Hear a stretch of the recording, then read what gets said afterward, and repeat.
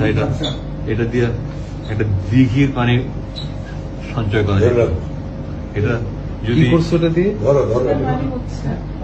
আর বছর কি করছো?